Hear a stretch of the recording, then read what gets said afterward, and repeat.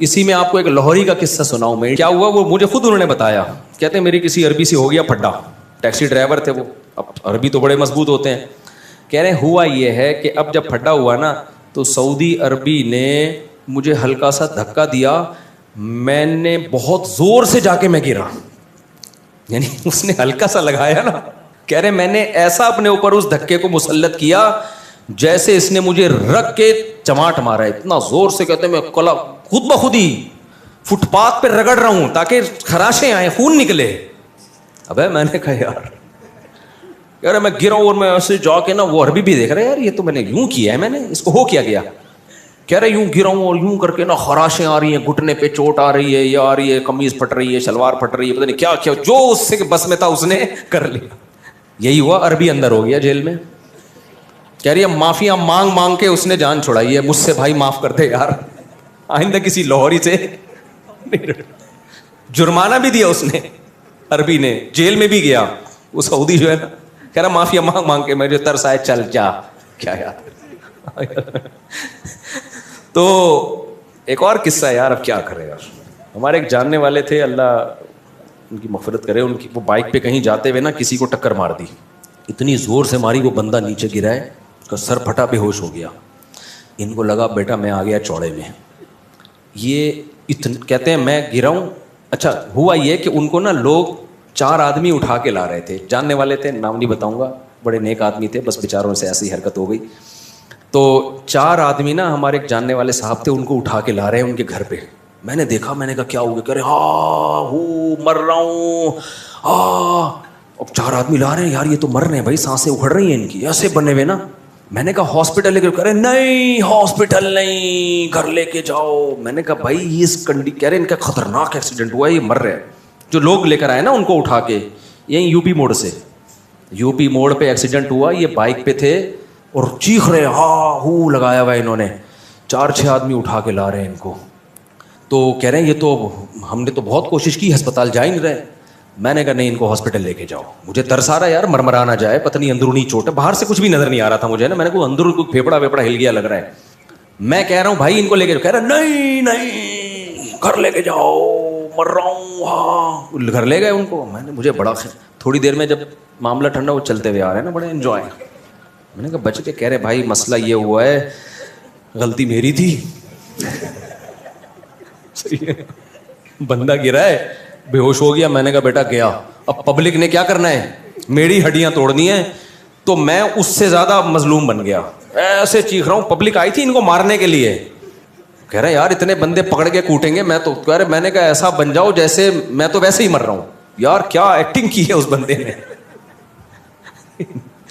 بچ گئے, بچ گئے. پبلک اٹھ, نہ صرف یہ کہ مارا نہیں, باقاعدہ پبلک عزت کے ساتھ اٹھا کے گھر لے کر آئیے. یہ آپ کی امانت ہے, اس کو رکھیں آپ. میں بول رہا ہوں ہسپتال, کہہ رہے ہیں نہیں ہسپتال نہیں. ان کو پتا تھا بیٹا ہسپتال میں ڈاکٹروں نے کوٹنا ہے پکڑ کے. تو کہاں سے کہاں کس سے چلے گا یار. میں جرمنی میں تھا, میں نے 2 انگریزوں کا پھڈا دیکھا. 2 انگریزوں کا پھڈا دیکھا, دونوں لمبے چوڑے موٹے تازے, لڑ رہے ہیں, یہ ایسی یوں ہے, فلانا ہے, ڈمکانا ہے, اور لڑ رہے ہیں. مجھے آواز آ رہی, میں نے کہا یہ کیا ہو رہا ہے. اور دونوں کے ہاتھ میں ڈنڈے, گھما رہے ہیں لیکن جان کر کوشش کر رہے لگ نہ جائے اس کے. جیسے ایک گورے نے ڈنڈا گھمایا سر کے اوپر سے شوں کر کے, دوسرے لات گھمائی قریب سے, جیسے فلموں میں نہیں ہوتا, یہ لگے ہی نہیں. میں نے کہا یار اتنا لڑ رہے ہیں اور ڈنڈے بھی ہیں دونوں کے ہاتھ میں, ٹچ نہیں ہونے دے رہے. انہوں نے بتایا یار لا اتنا سخت ہے نا, کسی کا بھی ڈنڈا یا لات دوسرے کو ٹچ ہو گئی نا تو چوڑے میں آ گیا وہ. پولیس آ کے یہ نہیں دیکھے گی کس کی غلطی تھی, کس کون صحیح ہے کون غلط. پولیس کہے گی تمہارا ڈنڈا اس کے لگا ہے, ٹھیک ہے نا. اس کو پتا ہے چوڑے میں آؤں گا, میں پھنسوں گا. تو وہ لا اتنا سخت ہے, اب وہ منہ کے فائر مار رہے ہیں نا, میں تیرے یہ کر دوں گا انگلش میں, جرمن میں, انگلش میں نہیں, جرمن زبان میں یہ کر دوں گا, لیکن ہاتھ نہیں لگا رہے. ان کو پتا ہے یار سارا کیس ہمارے اگینسٹ ہو جائے گا. تو کہاں سے کہاں کس سے چلے گا یار. ابھی ہمارا سفر ہے نا. اب دیکھو کس سے پھر یاد آتے ہیں نا. یہ نا کچھ لوگ اپنے اوپر گھننے بنے ہوئے ہوتے ہیں, دوسری شادی کر کے اب پہلی بیوی کے سامنے ایسا بنے گا جیسے جادو ہوا ہے مجھ پہ, جن نے کرائی ہے میری دوسری شادی. گھننے بن جاتا ہے, وہ ترس کھا رہی ہوتی, ہائے بیچارے کو کیا ہو گیا. میں نے جب اللہ معاف فرمائے دوسری کی تھی نا, میں زیادہ رو رہا تھا. جیسے مجھے بہت غم ہو رہا ہے. یہ طریقے ہوتے ہیں بھائی. تو ایسے ہاں وہ نا بہت ڈرامے چل رہے ہوتے ہیں, تو کچھ لوگ مسلط کر رہے ہوتے ہیں, کوئی مسئلہ ہوتا ہے ان کے ساتھ. ایک نوجوان آیا اپنے ابا کو لے کے, اس نے کہا میرے ابا میں شادی کرنا چاہتا ہوں, ابا نہیں مان رہے, آپ ان کو سمجھائیں. رشتہ اچھا تھا, میں نے کہا یار چلو میں سفارش کر دوں, کام ہو جائے تو اچھی بات ہے یار میری سفارش پہ. میں نے کہا ابا کو لے آؤ, تو اتوار کو میں نے ٹائم دیا, وہ آگے ابا نہیں آ رہے, ابا کھڑے ہوئے گیٹ پہ. میں نے کہا ابا کو لا بھائی, میرے اور بھی دنیا میں کام ہے. کہہ رہے ہیں ابا کو پتہ نہیں کیا ہو گیا, ہاتھ پاؤں ان کے مڑ رہے ہیں اور سکتے میں چلے گئے ہیں نا گیٹ پہ. آ تو گئے ابا ہمت کر کے, اس نے بہت, جب اس کو لگا نا ابا کو کہ یہ مفتی صاحب اس بیٹے کو فیور دیں گے, ابا ہاتھ پاؤں کیا ہو رہے ہیں, مڑ رہے ہیں یوں, عجیب سے ہو گئے. میں ڈر گیا, میں نے کہا بھائی میرے اوپر کوئی مسئلہ نہ ہو جائے. تو میں نے کہا ہاسپٹل لے کے جاؤ. کہہ رہے ہاسپٹل بھی نہیں جا رہے. تو میں نے کہا لے آ کسی طریقے سے یہاں پہ بھائی. تو ابا کو روبوٹ کی طرح نا دھکا دے کے, جیسے کوئی پتلا نہیں ہوتا, ابا آ رہے ہیں ایسے نا یوں. اب کسی کی غیبت نہیں ہے, پرانا قصہ ہو گیا, کیا پتہ چلے گا کسی کو. لا کے ادھر بینچ پہ بٹھا دیا, ابا آ کے نا یوں بیٹھ گیا ایسے سیدھے. میں کیا السلام علیکم, سامنے دیکھ رہے ہیں, خیریت سے ہیں. میں نے کہا بیٹا یہ تو کوئی سیریس کیس ہے, اس کو ہاسپٹل لے کے جانا. بھائی تو ہاسپٹل لے کے جاؤ, یہاں کیوں لے کر آئے ہو؟ کہہ رہے ہیں پتہ نہیں کوئی شوق میں چلے گئے ہیں, کیا ہو گیا ابا کو. ابا ہلا رہا ہے, ہل ہی نہیں رہے. اچھا میں نے تھوڑا سا اندازہ لگا لیا, ابا کو تھوڑی سی ہنسی آئی ہے نا بیچ میں. میں نے اندازہ لگا لیا, میں نے کہا یہ ناٹک چل رہا ہے. اب آپ کو پتا ہے جب ابا کو ہنسی آئے گی تو مجھے ڈبل آئے گی کہ نہیں آئے گی. میں احترام میں ہنسی بھی روک رہا ہوں. میں اس کو سائڈ پہ لے گیا, میں نے کہا بھائی یہ ناٹک چل رہا ہے. ابا نے اپنے اوپر ایک ایسا وہ مسلط کر لیا ہے کہ میں شوق میں جا رہا ہوں. میں نے کہا بھائی ان کو لے جا, یہ نہیں سمجھیں گے, یہ سمجھنے والے نہیں ہیں. رشتہ ٹھیک ہے, ابا بلا وجہ مخالفت کر رہے ہیں, کر کے بتا دے ابا ہو گئی ہے, ٹھیک ہے نا. پھر سچی مچی کا ہوگا جو بھی ہوگا. ابھی ناٹک چل رہا ہے, ابھی کیا چل رہا ہے فل, کیونکہ اتنی دیر تک کوئی آدمی اس کنڈیشن میں ہو تو گر چکا ہوتا اب تک. وہ اتنی دیر تک تھوڑی اس کنڈیشن میں. میں نے کہا بھائی لے جا. تو وہ بھی کہہ رہا ہے مفتی صاحب یہ ابا نے صحیح ناٹک کیا ہے یار, بات ہی نہیں کی نا, بیٹھے رہے ہیں چلے گئے ایسے ہی. وہ پروگرام کیا ہو گیا, سارا کینسل. تو یہ بڑے ناٹک چلتے ہیں اس میں بھائی. اگر کسی لڑکی شادی پہلے سے کچھ اور وفات ہو جائے تو لڑکی کسی اور سے نکاح کر سکتی ہے. ہماری قوم میں لڑکی کو میت پر بلاتی ہے اور اس کے سر پر لال کپڑا ڈالتا ہے, اور لڑکی ان لوگوں کی ہو جاتی ہے. اگر میت پر نہ آئے تو لڑکی کسی بھی جگہ رشتہ, ناجائز رسم ہے. جیسے ہی عورت کو شوہر کے انتقال کی خبر ہو, عورت پر لازم ہے فوراً شوہر کے گھر چلی جائے. کہیں بھی وہ گھر سے باہر نہیں نکل سکتی. 4 مہینے 10 دن وہ عدت کہاں گزارے گی؟ شوہر کے گھر میں. اس دوران وہ زینت اختیار نہیں کر سکتی. ہاں کوئی بیماری ہو, علاج کا مسئلہ ہو, ایک الگ بات ہے. تو پھر 4 مہینے 10 دن کے بعد وہ آزاد ہے, جہاں چاہے شادی کرے. وہ قرآن نے کہا لا تعضلوهن ان ينكحن ازواجهن, اب کسی کو اس کو شادی سے روکنے کی اجازت نہیں ہے. اچھا میرے بھائی, ہم رشتہ داروں کے یہاں جا رہے تھے, میں نے کپڑے استری نہ کیے اور کہا کہ ہمارے نبی کے کپڑوں پر تو پیمن لگے ہوتے تھے. یہ غلط بات کی آپ نے. ہمارے نبی صلی اللہ علیہ وسلم نے غربت کو خود اختیار کیا ہے, سمجھ رہے ہو. جب غربت کو اختیار کیا تو آپ کے پاس کپڑوں کے پیسے ہی نہیں ہوتے تھے, اور آپ کے تو اکاؤنٹوں میں ٹھیک ٹھاک پیسے پڑے ہوئے ہوتے ہیں, ابا کے جیب میں بھی ہوتے ہیں, آپ کی جیب میں بھی ہوتے ہیں. تو اس کی اسلام میں مثال نہیں ملتی کہ پیسہ ہو اور آپ اس کو استعمال نہ کرو. ایک صحابی کو نبی نے پراگندہ بالوں میں پھٹے پرانے کپڑوں میں دیکھا. آپ نے فرمایا کہ اللہ نے تمہیں پیسہ نہیں دیا کہ اپنے حالت کو درست کر لو؟ کہا کہ ہاں دیا ہے. آپ نے فرمایا ان اللہ یحب ان یرا اثر نعمتہ علی عبدہ, اللہ چاہتے ہیں کہ جب کوئی اللہ نے کسی کو مال دیا ہو تو اس کے لباس اور پوشاک سے نظر آنا چاہیے. تو اگر اللہ نے مال دیا تو پھر پھٹے پرانے کپڑے پہننے کی آپ کو اجازت نہیں ہے. ہمارے نبی کے پاس تو مال رہا ہی نہیں نا, صبح آیا تو شام ہونے سے پہلے سارا ہی نکال دیا. تو آپ کے پاس تو کپڑا خریدنے کے پیسے ہی نہیں ہوتے تھے, تو مجبوراً اسی کو پیمنٹ لگا کے پہنتے تھے. آپ کے پاس تو پیسے ہیں, یا تو ایسا حوصلہ کر دو کہ سب صدقہ کر دو, 1 روپے بھی نہ چھوڑو. پھر جب کپڑے پھٹے تو نیا کپڑا خریدنے کا پیسہ ہی نہ ہو, پھر آپ پیمنٹ لگاؤ گے تو اس پیمنٹ کو سنت کہا جائے گا. جب تک پیسہ ہے آپ کے پاس تو وہ آپ کی لباس اور پوشاک سے نظر آنا چاہیے. ابھی میں نے بیان میں بتایا نا, سلیمان علیہ السلام کا پیسہ تھا تو ان کے محل سے وہ پیسہ نظر آتا تھا. ایسا فرش بنایا VIP, انہوں نے پیمنٹ زدہ کپڑے نہیں پہنے, وہ انہوں نے جنات کو بولا ہیرے جواہرات نکال کے لا سمندر سے, ٹھیک ہے نا, یہ والا ہیرا پرانا ہو گیا ہے, اپنے تاج میں دوسرا ہیرا لگانا ہے میں نے, یہ دیکھ دیکھ کے کیا ہو گیا ہے, یہ ملکہ سبا آ رہی ہے, تھوڑا الگ ٹائپ کے ہیرے چاہیے ہمیں. تو اس لیے میرے بھائی ملکہ سبا کو ایمان تاکہ وہ آپ کے معجزے دیکھ کر ایمان لے آئے اور آپ کی سلطنت اور طاقت سے متاثر ہو. تو اس متاثر کرنے کے لیے انہوں نے کیسا پورے تخت کا عالی شان تیار کروایا. تو یہ جو آپ پھٹے پرانے کپڑے پہن کے جاتے ہو نا, آپ آ جاؤ, میں آپ کو ایک زکوٰۃ کی قمیض پڑی ہوئی ہے میرے پاس, وہ میں آپ کو دے دوں گا, تو پہن لینا. کہیں بھی شادی بیاہ میں جایا کرو پراپر ڈریس میں, ماں باپ کو اس سے خوشی ہوتی ہے, ماں باپ اپنے بچوں کو زینت میں دیکھنا چاہتے ہیں. تو اس لیے میں نوجوانوں کو کہتا ہوں ٹرینڈ کرانی ہے تو ابا اماں سے پوچھ کے کراؤ. اگر ابا اماں کو ٹرینڈ بری لگے, بیوی کو تو مانتے ہیں, بعض دفعہ ابا اماں کو بھی ٹرینڈ بری لگ رہی ہوتی ہے. ہمارا بیٹا ہے, ہم لوگ مالدار لوگ ہیں, ہمارے ایک روایات ہیں. اور یہ ابھی ایک خاتون کا قصہ آیا, وہ ایک لڑکی عاشق ہو گئی, اچھی بڑی اونچے گھرانے کی لڑکی, عاشق ایک ایسے علاقے میں ہو گئی وہ ان کے اسٹینڈرڈ کا نہیں ہے. تو میں نے ماں کو سمجھایا کر دو شادی, لیکن ماں نے کہا بھائی ہمارا اسٹینڈرڈ نہیں ہے. تو میں نے بھی لڑکی کو سمجھایا کہ بیٹا آپ اپنے ماں باپ کی عزت کا بھی تو خیال کرو نا. تو ماں باپ کی بھی عزت کا تھوڑا بہت اسٹینڈرڈ اوپر نیچے ہوتی ہے. ایک لڑکی بہت بڑے کسی خاندان کی, وہ اچانک وہ کسی ایسے لڑکے پہ عاشق ہو جائے جو بیچارہ گندے نالے پہ رہتا ہو. میں اس کو برا نہیں کہہ رہا گندے نالے پہ, لیکن اسٹینڈرڈ کا تو فرق آ گیا نا.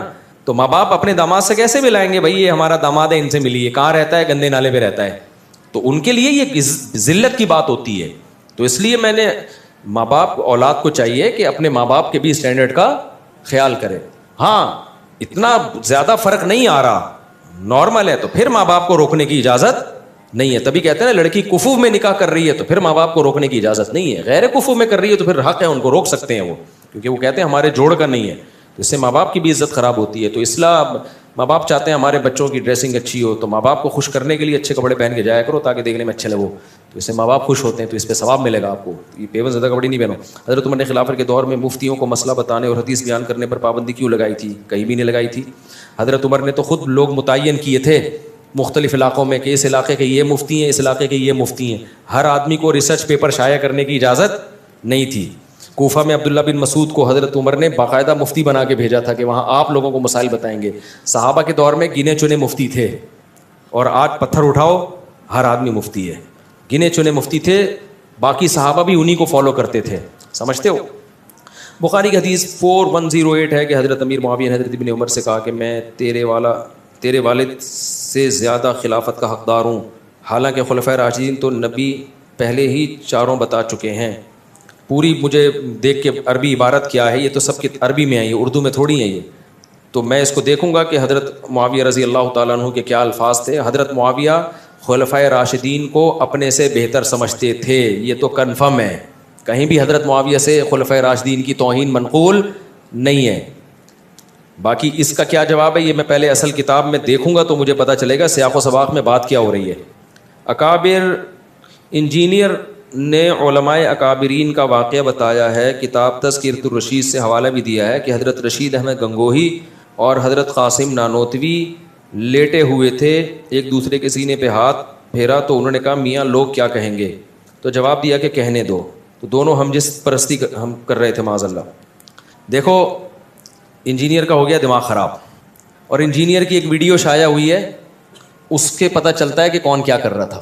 پرانی ویڈیو ہے اس کی, آپ دیکھ لیں. وہ ہے, میں کیا بولوں, ہمیں تو یہ باتیں کرتے ہوئے بھی برا لگتا ہے. میں نہیں کہہ رہا کہ وہ ہم جس سرپرستی کر رہا تھا, میں ایسا الزام نہیں لگا رہا.